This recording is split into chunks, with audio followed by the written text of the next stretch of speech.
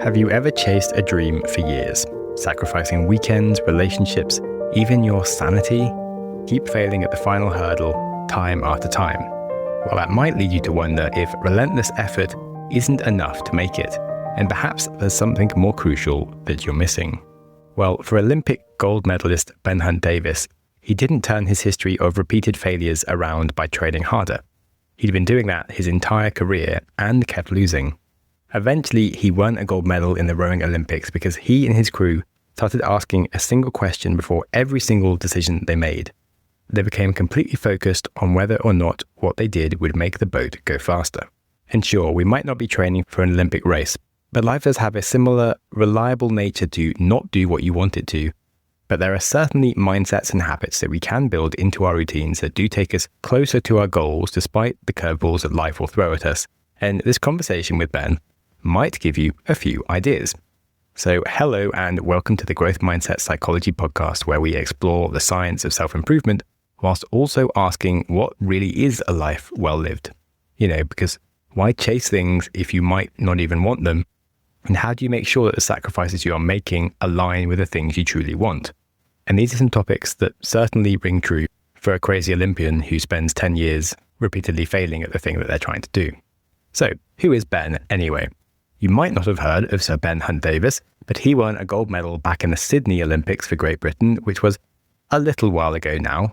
He trained in a time when there was no social media, and being an Olympic athlete wasn't even a paid career. So to dedicate yourself to it and keep losing is not exactly an easy thing to do.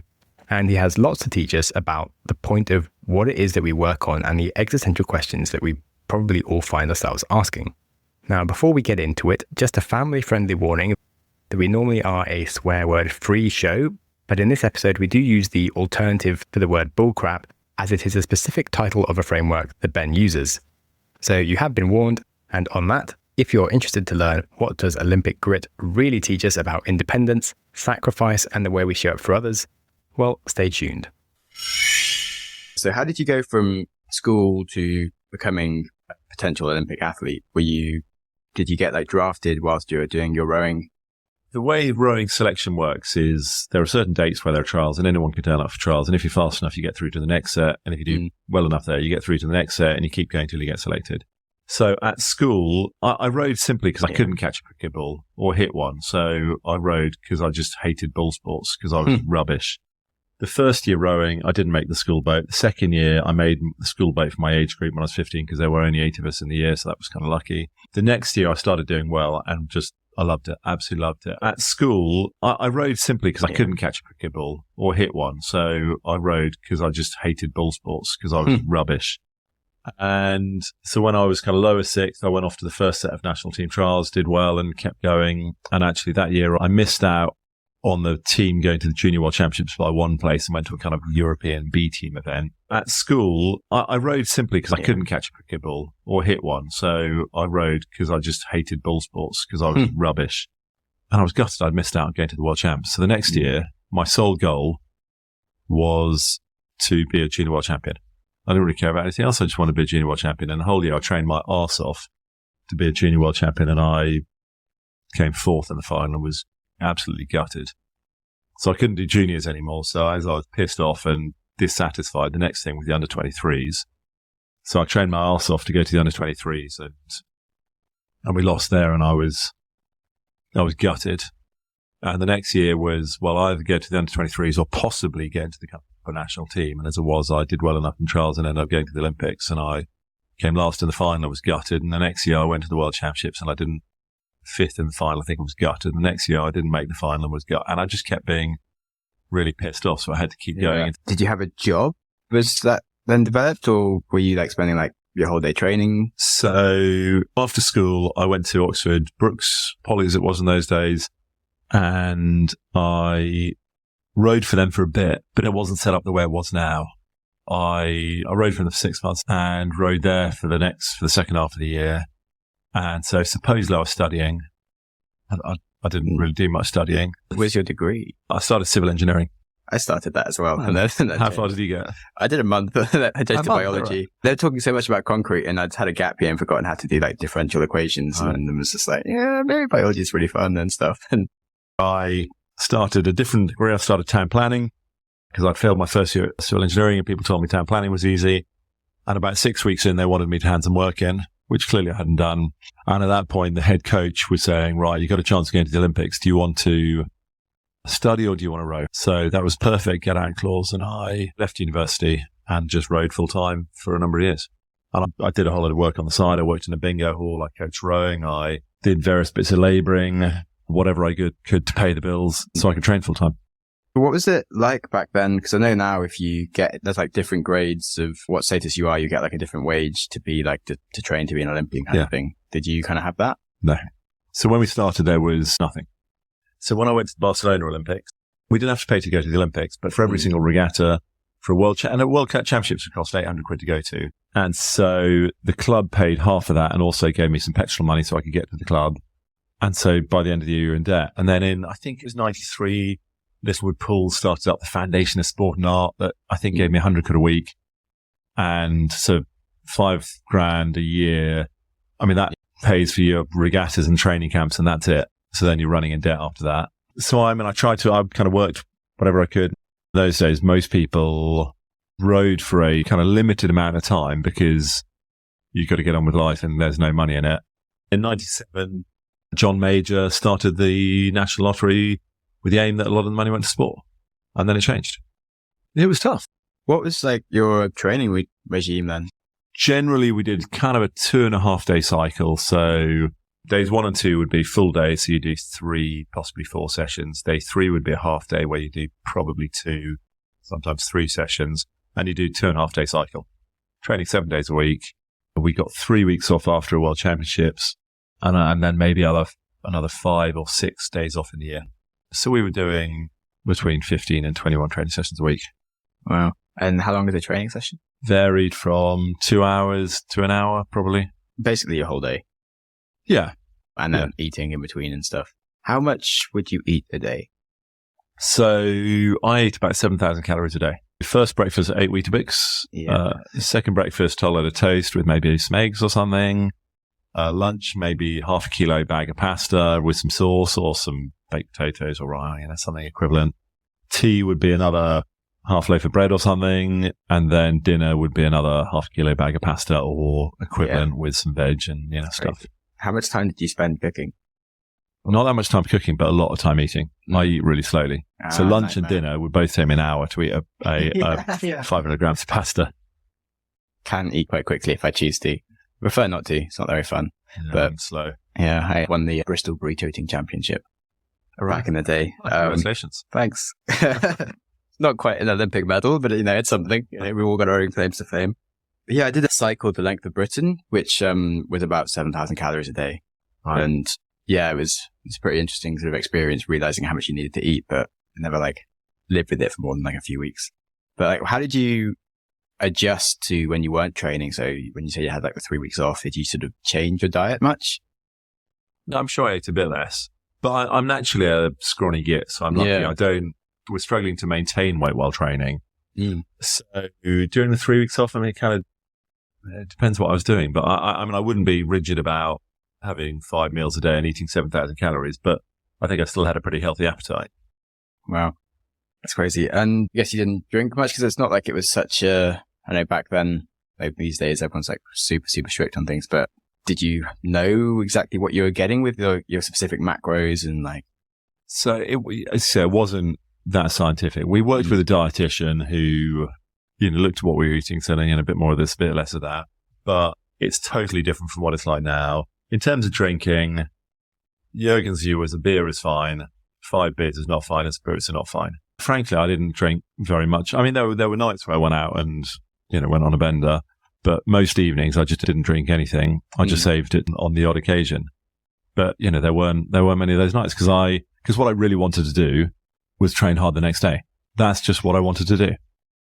So when I left school, I lost contact with most of my mates because they wanted to get as pissed as they could, as often as they could. And I wanted to train. And the two things, frankly, are just not that compatible.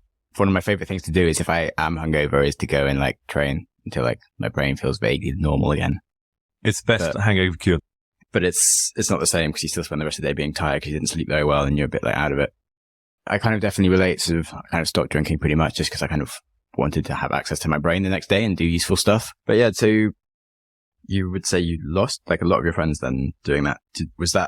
Did you actively notice that and feel bad, but sort of carry on? Or was it just like, oh, it just happened to happen? And it didn't feel like a sacrifice as such. It was more just like, oh, that's just what you were doing. I'm not sure how many sacrifices I made because I just did what I wanted to do. And people quite often ask, oh, what did you give up or how many sacrifices? And I'm just not sure I made many because I think a sacrifice is where you give up doing what you want to do something else. And actually what I wanted to do was train hard. So there were lots of weddings I didn't go to. There were loads of things I didn't do. It was always my choice. No one was making me do this. No one was paying me to be there. If I didn't turn up, I was letting the other guys down. But no one had any sway over me at all. If I didn't turn up, it meant I wasn't going to get selected and all the rest of it. But it was totally my choice. And so, yeah, leaving school, it was my choice what I did in an evening before I went training the next day. And generally my head was on training the next day rather than, people would ring up and go, oh, we're going out here. Do you want to come? And my answer was generally no, because I was just doing what I wanted to do and I had a different set of mates. Yes. A really good explanation. Because I guess that's kind of how I felt about some of these things. So it's not like I felt like I was sacrificing things at the time. It's more like I was just so focused on doing the things that I wanted to be doing and then realized like later that, I haven't really been spending any time with friends and things. I think very often people get hung up on, sacrifices, and I just don't buy it. I don't buy it. I mean, we make choices, and kind of a sacrifice makes it sound as though someone's making you do something, which I don't think is right. Let's say you hit your Olympic sort of peak between 30 and 40 as humans. Do you think a lot more people would have like the potential, but because of it's at like 20 to 30, there's loads of people never actually realize that they would have the option because they're sort of lost in getting drunk and things? That's quite a good question because I think that if you're a female gymnast, your peak is 16, 20 or something. If you're a female swimmer, it's kind of similar. I think I was lucky in that as a rower, I didn't have to take it seriously until I was 16. There are rowers who start at 20 and become Olympic champions, where you're a whole lot more mature than you are as a teenager. And I think probably the younger you have to go through everything, probably the harder it is.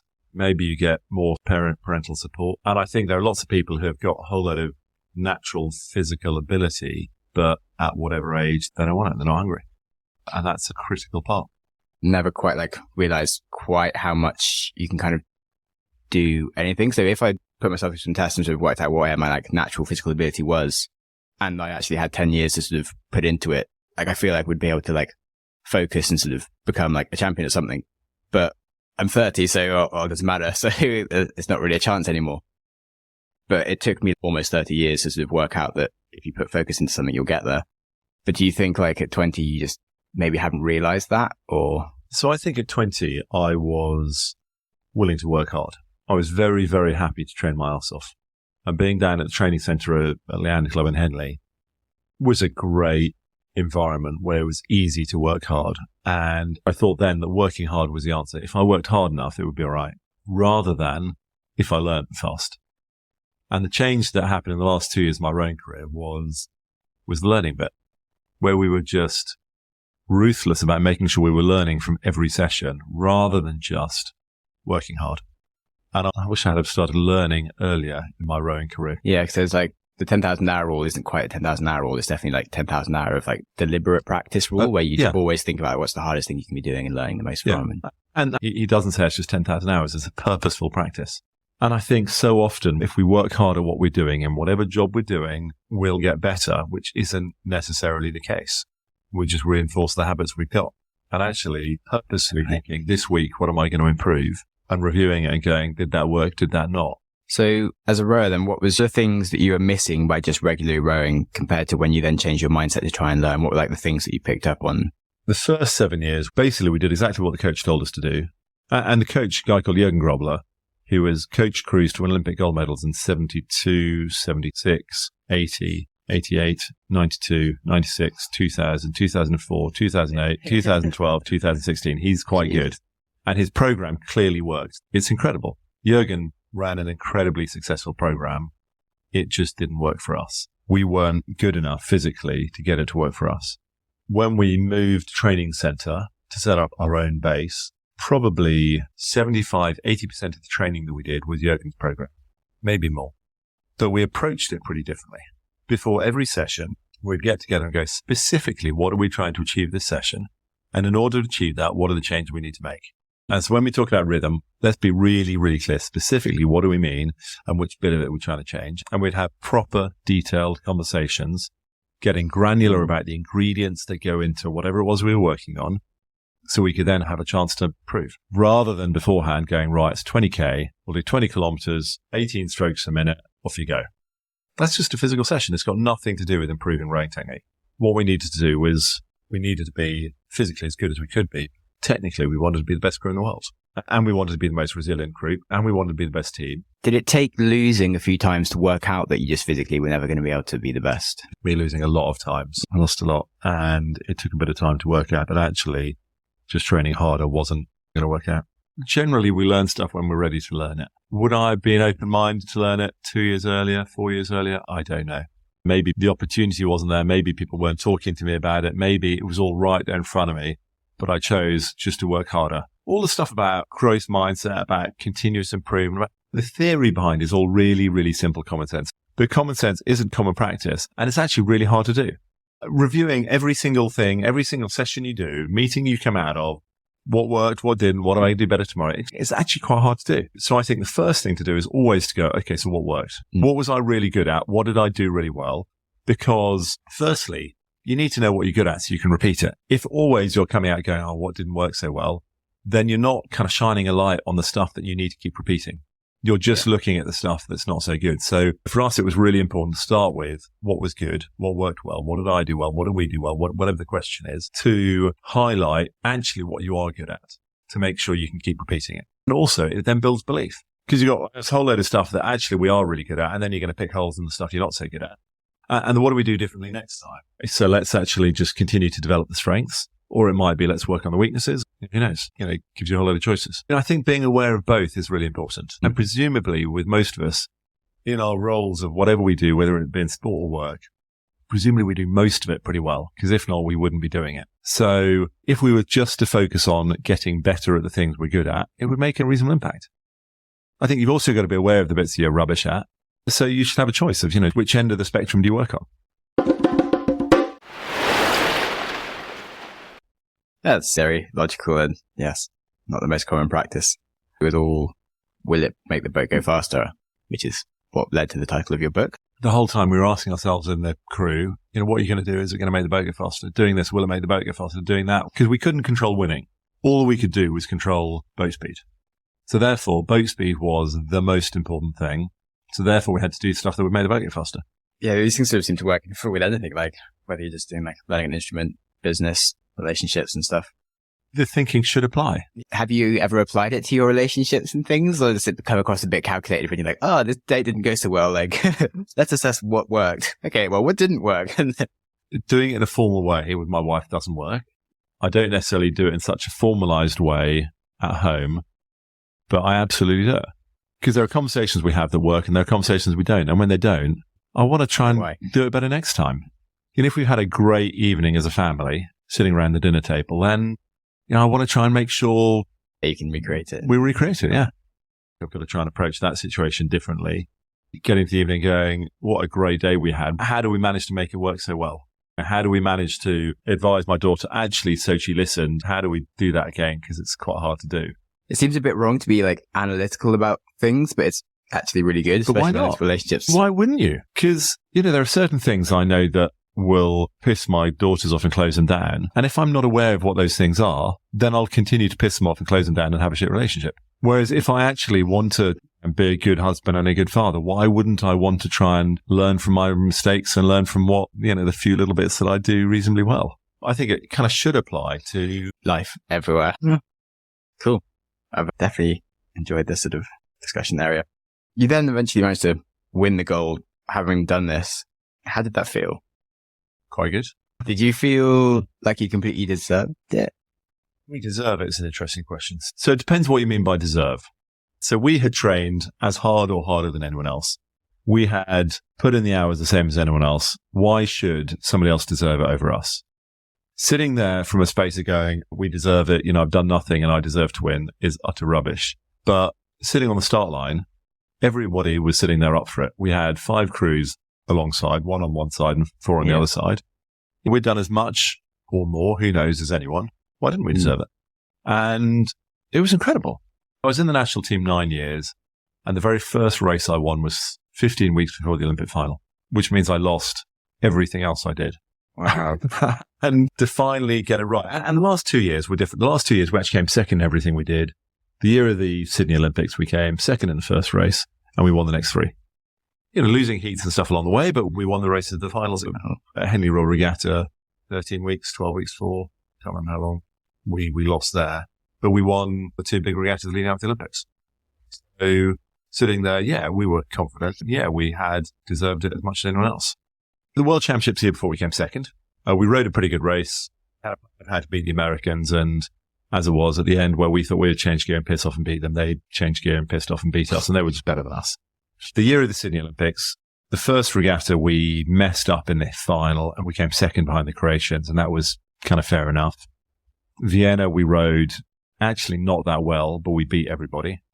Lucerne, with a reserve on board, we rode pretty damn well and we beat everybody. In the heat of the Olympics, we lost to the Aussies. We rode really badly and we lost to them.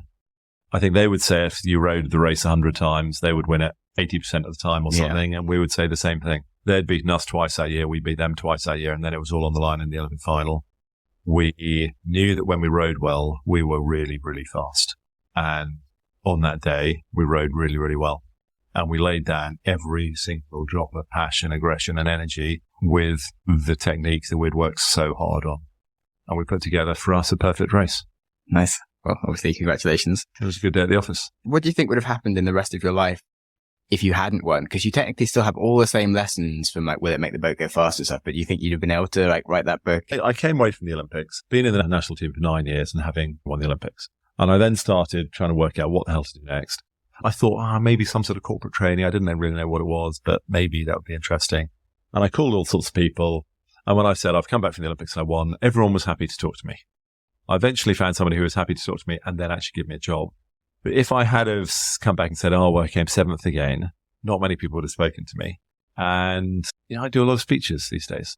And for me to stand up and tell a great story about how we came 7th, not many people would want to listen to.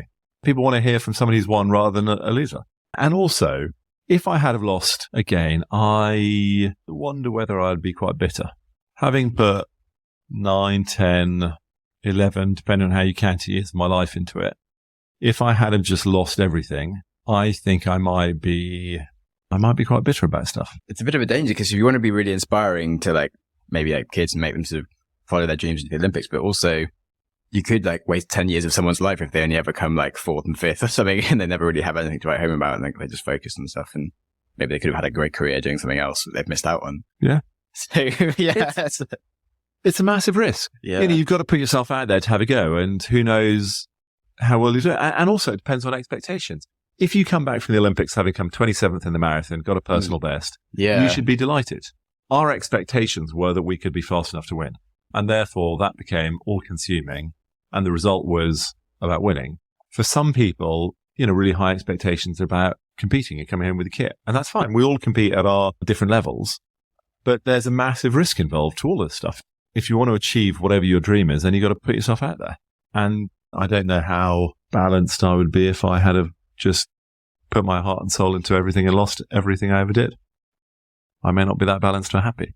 So thank God I did. At what point of stage in your life were you then? Had you met your wife? Had you already started having children? We got engaged 15, 18 months before the Olympics, and we planned to get married 3 weeks afterwards. Yeah. So I had quite a big month. I remember looking at me that sounds like a really nice year. Yeah, it was, so came back from the Olympics, had a week. So my wife's half Italian, so we got married in Italy, came back from the Olympics, had a week in England. I went out to Italy. Is that right? I think a week in England. And then I think I went out to Italy for a week and then got married. So 3 weeks after the final, I think that's right. Yeah. So a week in Australia after racing for the rest of the Olympics, week in England, going out, having fun, seeing friends, family, getting pissed. Then a week in Italy, vaguely trying to help preparations, although my mother-in-law had done it all. Then we got married. Then we went backpacking for 3 months, I think. Backpacking around India, Nepal, Tibet. Came back. My wife was pregnant. I had no job. We were living with my dad. And it was time to kind of grow up and get on with life. Yeah, and that's funny because you think like someone that wins a gold medal is probably knowing what they're doing with their life. But I had no plan past my wedding day. I thought that I'd stop competing after Sydney. And as soon as I crossed the line, I knew that was it. But what came next, I had no idea. And at that point, I was 28. I'd never had a job.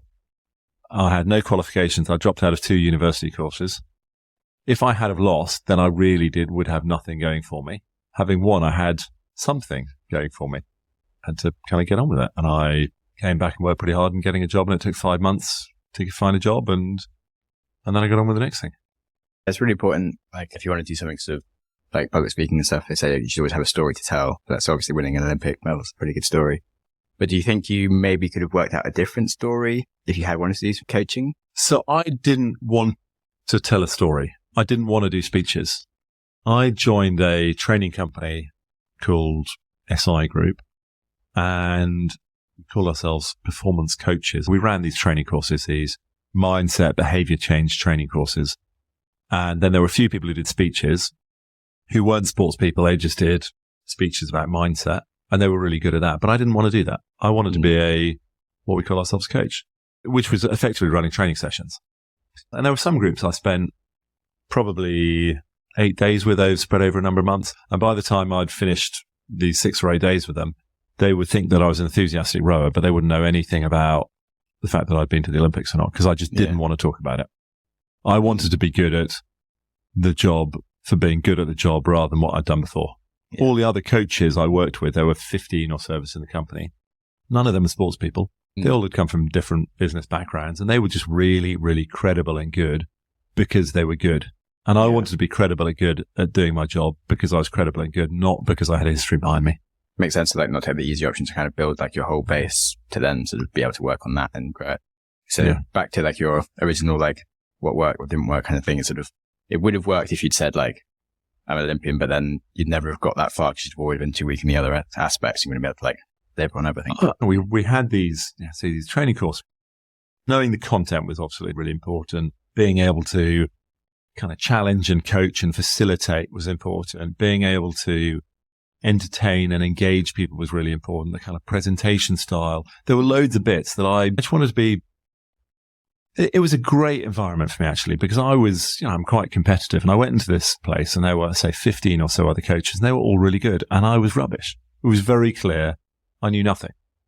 And my competitive instinct came out, but rather than trying to beat people, it was about, and you can't compete against people in terms of running courses, but I wanted some self-respect to going, I want to be as good as these people.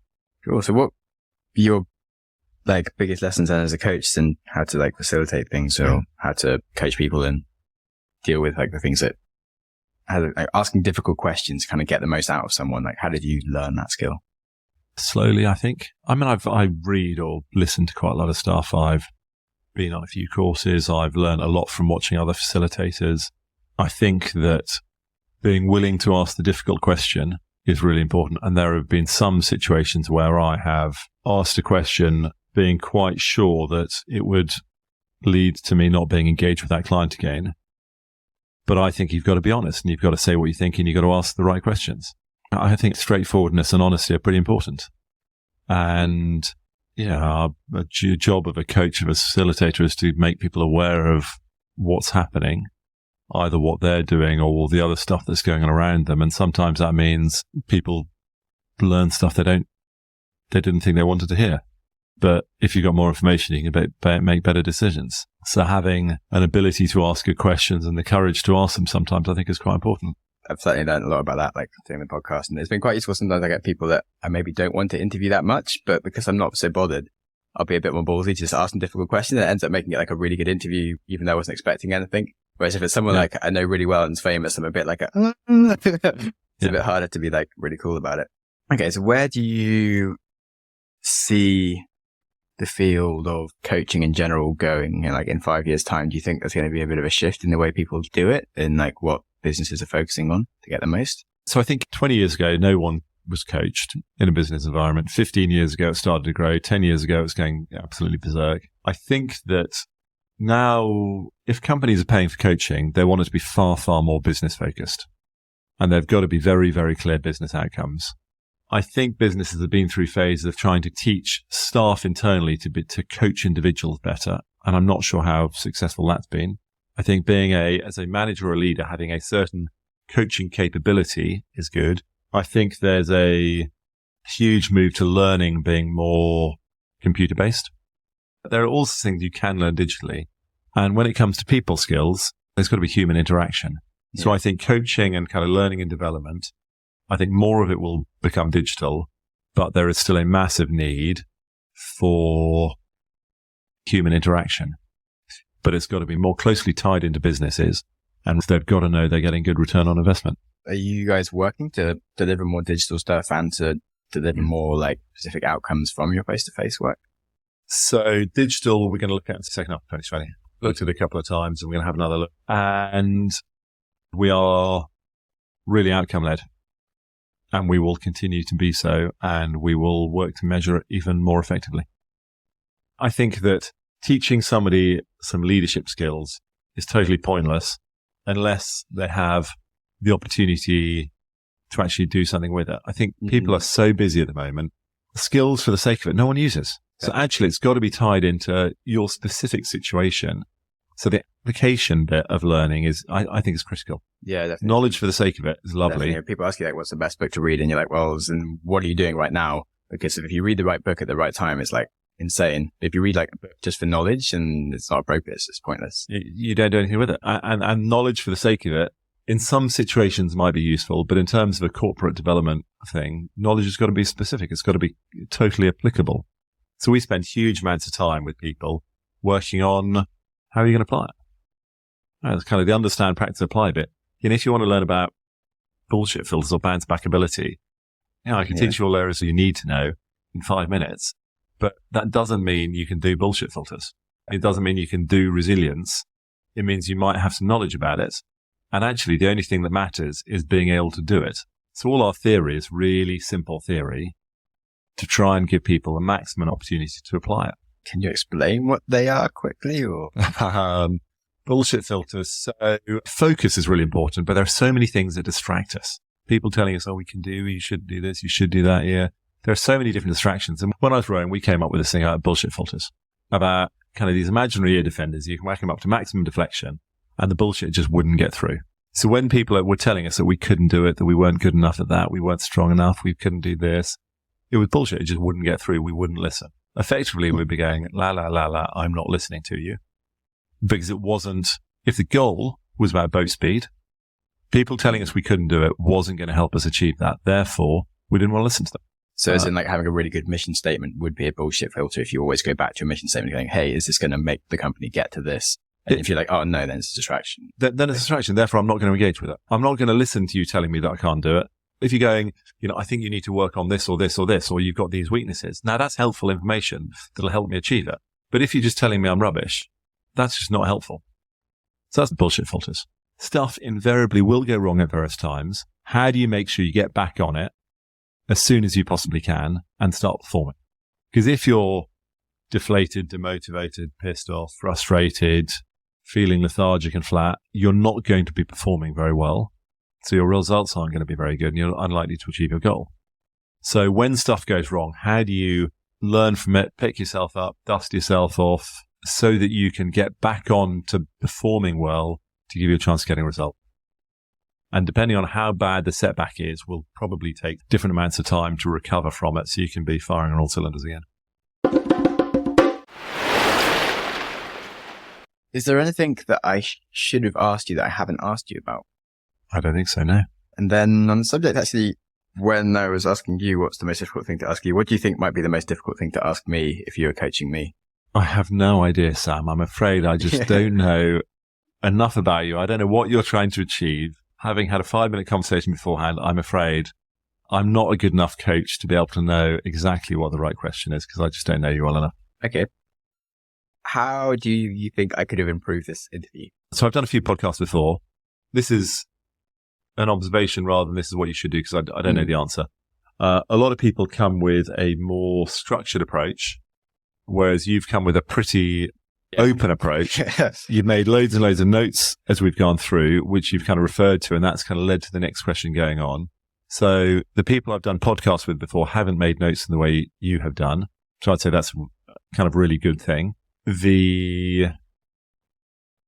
Possibly knowing more if you know more to start with, then does that shape it? And it means you don't. That's my issues. And I find sometimes with my guests, especially when it's someone who is kind of famous, I'm less likely to ask difficult questions if I know them really well, kind of things. And I'm not sure if I'd sort of read your book and I was like, wow, I'm going to be Ben. This is amazing. I might have been a bit scared to like be me. Whereas if I'm just like, meet this guy, I don't really know who he is. Maybe on the other hand, if you had have read something, then maybe you would know which different questions. So then the bit about being worried about asking the difficult questions, I would say that, maybe that's something you should think about. Because why should you possibly be worried? I don't know what the worst that can happen is, but probably not that bad. People approach things in different ways. So, and I don't know what works for you. I guess I'd say, preparation. Is that something that would help? I don't know. That's for you to figure out. It's a bit about kind of asking difficult questions about what's to stop you asking difficult questions. Because the person at the other end can always just say, no, I'm not going to, or answer something completely different. But unless you actually have the courage to ask it, you haven't got a chance of getting the answer. I guess like trying to find the right balance is interesting and like at what kind of point in the interview you're in and stuff.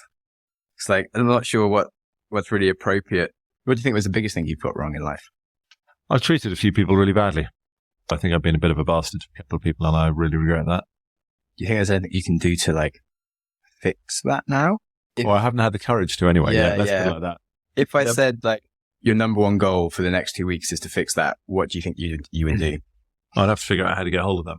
I guess instead I feel bad about some relationships I've had and just don't do anything about it.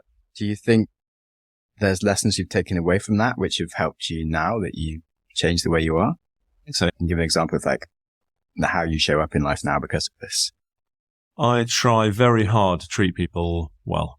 I try very hard to. And as a business owner, when we have to make difficult decisions about people, we try very hard to do the right thing and to treat people really well. In fact, at any point, we work really hard to treat the people who work with us decently, properly, fairly, openly. I think it's really important. Yeah. You seem like you came across like that. I was a bit surprised when you said that you treated people badly. It was not all the things that I thought you said you'd have got wrong. Well, that's what I regret most because I think it's really important. So that's what I regret most. That makes a lot of sense. Really quickly, what's your probably earliest memory ever from childhood? Earliest memory from childhood is a house I lived in Hong Kong. Got some memories from a kind of first time I went to Hong Kong where I must have been 3 or 4 or something. I've got kind of vague bits of memory about a swimming pool, about the house I was in, the vague bits of memory. What's the kindest thing someone has ever done for you? We had a team of volunteers around us who all gave up huge amounts of time and energy to help. I mean, there have been people who have been incredibly kind. Before the Olympics, we needed 4 months before we needed to raise some money to buy a new boat. Wrote to a whole load of complete strangers who a number coughed up a whole load of money. And since then, I've had people I've asked for help and they've given it, or people who have just said, can I do this for you? Or, who give time and energy. So I think loads of people have been incredibly kind. Very much. All right. That's a pleasure. Thanks a lot for Ben coming on the show to talk about his life as an athlete and coach. Some really fascinating ideas from the frameworks he came up with to help others. And it's still ringing in me just the level of risk that athletes put up with to potentially walk away with essentially nothing.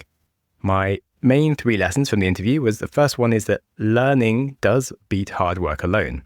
After years of intense training with pretty limited success, Ben realized that working harder wasn't enough and it's really about learning faster. Deliberately reflecting on every session to understand what worked and what didn't really accelerates improvement far better than simply grinding longer or harder, as well as really focusing on what is working and making sure you are doubling down on it because it's so easy to overlook what's working and obsess about what isn't. Next, when considering the amount of failure that he went through, building resilience through the whole bounce back ability idea as super key. Of course, life setbacks are inevitable, but what holds us back from success is the ability to just quickly recover and maintain our performance. Ben really highlighted the importance of his bounce back ability to manage all the frustrations and using failure that kept coming at him as a learning tool. And when you can keep that, you can sustain motivation and consistently work towards success. Then lastly, you don't need to be robotic about self-improvement around all aspects of your life, but you can, gently incorporate self-improvement ideas in other parts, practicing some more intentional improvement in your relationships and life. The same reflective mindset that Ben used in his rowing, he does apply to his personal life. So being aware, asking difficult questions, and perhaps most importantly, recognizing what is going right in their family or personal relationships and doing more of that, like consciously recreating positive habits that improve your relationships and your overall life satisfaction, because growth is pretty holistic and touches all areas of your life. And you don't necessarily want to be a taskmaster about how you approach growth in those areas, but you do want to think about it. All right. On that, if you haven't subscribed to my new podcast yet, How to Change the World, all about the history of innovation, well, you can potentially win some free coaching with me by sending me a screenshot of you listening to it. And it's as simple as that. You can find the new show on any podcast app and links are in the show notes. Otherwise, I hope that you've learned a new way of looking at the world and are enjoying your summer.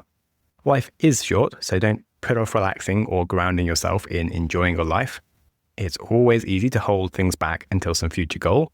I think even Ben enjoyed the process of training and didn't feel like he was making the giant sacrifice that people might expect of the athlete to get to his goal. So, keep it real, and I'll catch you next week. Thank you so much for listening. Go you! Your consistency to reach the end of an episode is legendary. My hero! If you have any ideas or feedback for the show, I'm always interested to hear from you. You're the best! Studies show we need time for information to sink in, so I'm going to give you a 5-second pause. Silence. To reflect on one idea from the show before you jump back into your busy life. Ready and go.